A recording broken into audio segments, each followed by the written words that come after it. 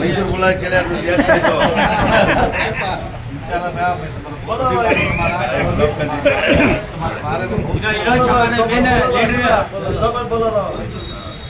बोलो सलील भाई अच्छे काम साबित चल रहा है। ये तक नया मेंबर से अच्छी रिपोर्ट भी बनाओ तुम्हें तुम्हारा सपोर्ट भी संग हमारा कैंपेन डाल रहा है। बहुत खुशी भी बड़ा सबसे है वैद्य जी मतलब तुम्हारा डिपार्टमेंट वाला है अच्छा बात करो अच्छी बात